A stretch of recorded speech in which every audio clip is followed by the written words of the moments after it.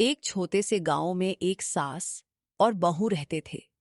घर में सिर्फ 3 लोग थे, माँ, बेटा और बहू। बेटा रोज काम की तलाश में दूसरे गांव जाता था। कभी 10 दिन बाद, कभी 15 दिन बाद घर लौटता। जब भी वो वापस आता, माँ और बहू के हाथ का खाना खाकर एक ही बात कहता। माँ, आप दोनों के हाथ में जो स्वाद है वो बाजार के खाने में कहीं नहीं मिलता। ये बात बार बार सुनकर सास और बहू के दिल को छू गई।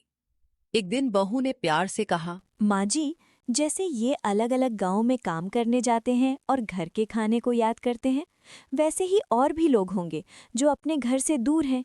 क्यों ना हम उनके लिए घर जैसा खाना बनाएं? सास ने मुस्कुराते हुए कहा। सही कह रही है बहू। चलो कोशिश करते हैं।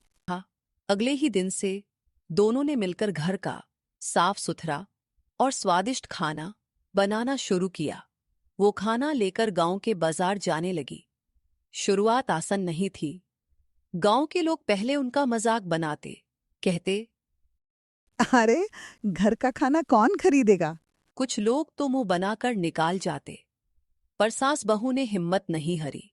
धीरे धीरे कुछ लोगों ने उनका खाना टेस्ट किया और बस एक निवाला खाते ही उनकी आंखों में चमक आ गई। बिल्कुल माँ के हाथ जैसा स्वाद है। अब क्या था, उनका खाना लोगों को अपने घर की याद दिलाने लगा। दिन बीतते गए और उनकी छोटी सी थाली का स्वाद गांव से निकलकर दूसरे गांव तक पहुंच गया।